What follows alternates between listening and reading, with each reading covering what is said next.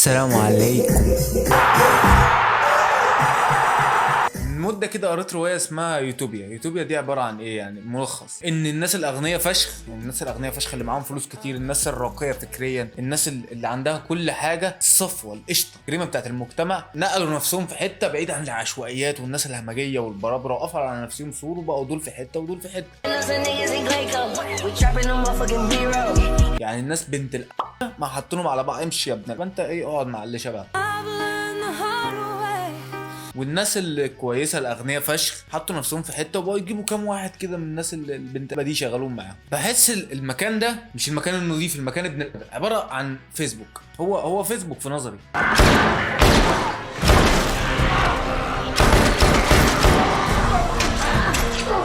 جمهور فيسبوك بجد بجد، جمهور فيسبوك جمهور صعب.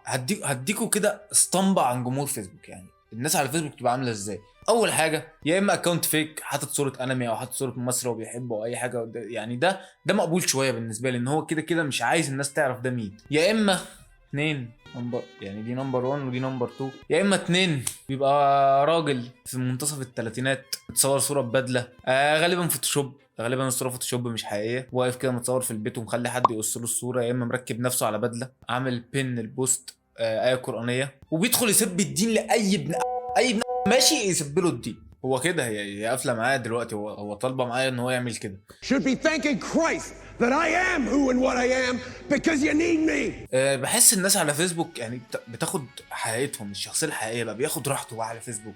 تحس ان هو في الحقيقه ممكن يبقى مبسوط وسعيد ومحترم والناس كلها بتقول عليه كيوت ومش عارف ايه، يروح على فيسبوك بقى يقلع بقى الماسك ابن ده كده، ارمي الاحترام والادب والاخلاق دي على جنب، هات لي بقى يا ابن يجي على السكه، هات لي بقى اي حد اشتمه امسح بكرامه امه الارض دلوقتي. فانت الراجل اللي على فيسبوك ده ممكن يبقى اخوك، ابن عمك، السباك اللي بيشتغل عندكم في البيت، الفواعل اللي بيشيل طوب في العماره اللي قدامكم، ممكن يبقى اي حد، لان هم في الحقيقه عادي ممكن يبقى انسان طبيعي عادي يدخل على فيسبوك بقى براحتي بقى يا باشا، ده العالم بتاعي بقى، انا شخصيه حقيقيه هنا، ايه يسب لده ويشتم ده ويقول لده ويحقد على ده ويكره ده ويغير، هو كده واخد راحته على فيسبوك. يعني الناس بقى تظهر على حقيقتهم على فيسبوك، يعني تبقى دي الشخصيه الحقيقيه. فانت اي حد تلاقيه على فيسبوك لو شفته بالصدفه وصاحبك وحبيبك ومحترم وابن ناس وابن اصول، وشفته على فيسبوك بيشتم او بيحقد على حد بدون سبب، يعني عادي كلنا بنكره، يعني في ناس بنكره، انا بكره كل الناس عامه، بس مش بدخل اشتم اي حد. يعني طالما دخلت شتمت حد يبقى انا مش طايقه، فكلنا بنكره الناس. انما لو انت ما عندكش سبب ان انت تخش تشتم حد وتهزقه وتحقد عليه وتغير منه، دي مشكله بقى. فانت لو شفت صاحبك بيعمل كده احذر منه، هي دي شخصيته الحقيقيه اللي هو بيشتم بيها الناس، عشان بعد كده ما يجي ولا يغدر بيك ولا يكلم حبيبتك ولا مش عارف يعمل معاك فصل مش تمام، ما تجيش تقول لا ده هو محترم. لا، انت شفت برضه انت اللي استمريت، لان هي حقيقته اللي على الميديا، اللي قدامك ده وش كده هو لابسه شبه السيريال كيلر بالظبط. هو سيريال كيلر، هو سيريال كيلر. اسالني انا بقى، انا خبره في الموضوع ده. يدخل على فيسبوك خلاص بقى اللي على الماسك ده بقى، انا مش مضطر اصلا ادعي الانبساط والسعاده ومش عارف ايه. الموضوع صعب، حاسس انا بتكلم عن نفسي فشخ عامه. هو عامة مواصفاته ان هو معترض، هو معترض على ايه؟ على اي ابن هو معترض، هو ما عندوش مش متفق مع حاجة في الدنيا غير زمايله الفيسبوكاويين، وممكن برضه يتخانق معاهم ويسيب لهم الدين. يعني لو واحد في نفس الرأي بتاعه بس هو مش عاجبه الطريقة اللي قال بيها، لا انت ابن نفس الرأي، انتوا الاتنين نفس الدماغ، لا يقعدوا يدخلوا يسبوا الدين لبعض. خلاص خلص المشكله. يعني سيبك من ان هم بيعترضوا على اي حاجه وخلاص، يعني اي حاجه وخلاص هم جايين يعترضوا في حاجات فعلا، يعني حاجات هي هي اصلا الفكره ان انت تفتح الكومنتس فيها اصلا مش اوبشن. تخيل بقى ان انت تفتح الكومنتس وتكتب بقى بوست 30 زق.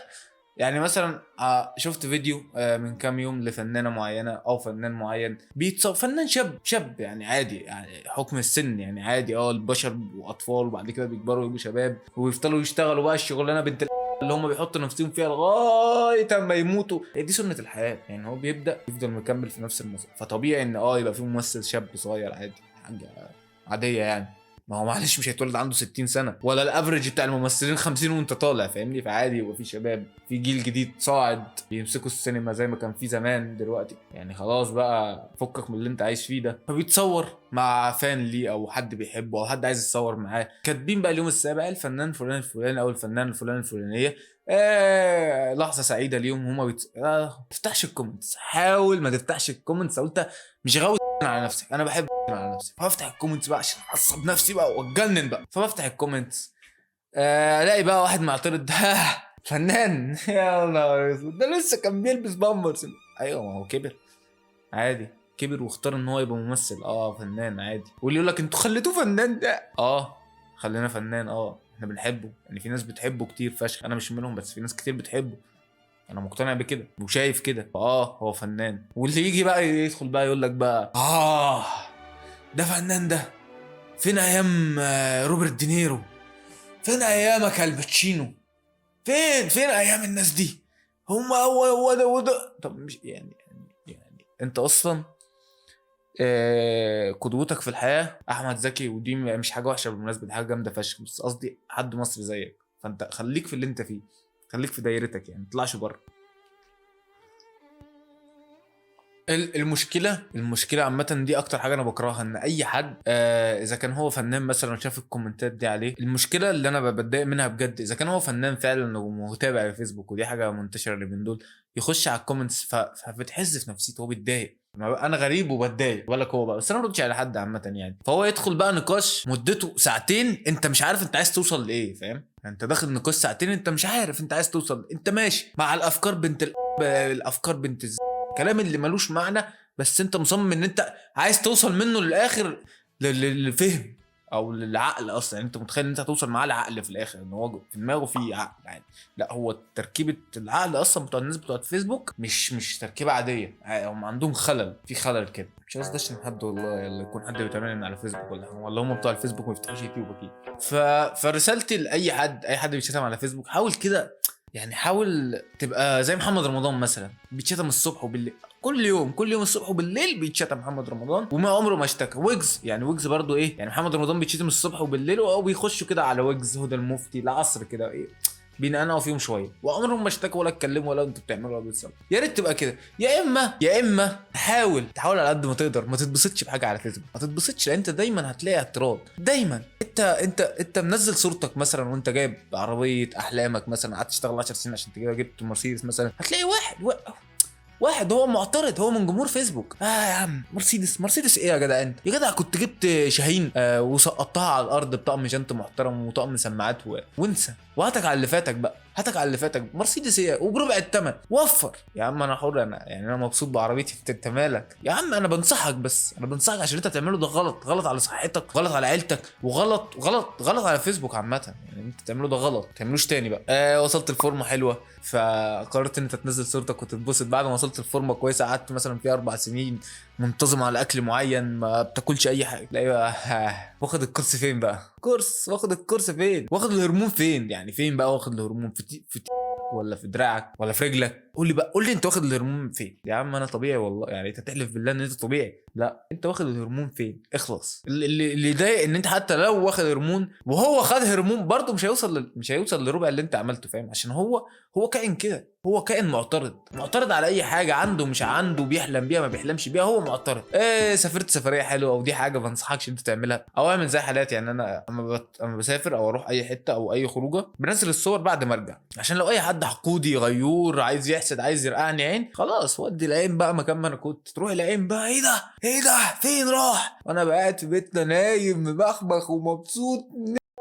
فانت حاول تعمل كده، يا اما تقرر انت تنزل صورتك في مكان انت سافرته، تلاقي واحد من كوم البط، مع احترام الكوم البط لو في حته اسمها كوم البط، مع احترامي ليها طبعا، الشارع بتاعهم كله طينه وصرف صحي يعني. هو عشان يعدي بيجيب كزلك يلبسه في رجله، يلبس الكزلك كده في رجله ويعدي، ينزل بقى يعوم بقى عشان يروح السوق، ولا عشان يروح اي حته هو رايحها، ولا يروح شغله. وانت منزل صورتك في شوارع باريس او ايطاليا، في روما، وعدنا يا رب في دبي يا عم، نزل صورتك يا عم في سينا يا عم، منزل صورتك يا عم هو انت خرا، هو عارف ان انت شبع بعد جوع، هيقول لك كده عيني عينك. يعني انا لو فعلا شبع بعد جوع ما تقوليش في وشي يا عم، ما تقوليش في وشي يا عم، انا بحاول اتبسط. لا هو يقول لك انت شبع بعد جوع. انت يا ابني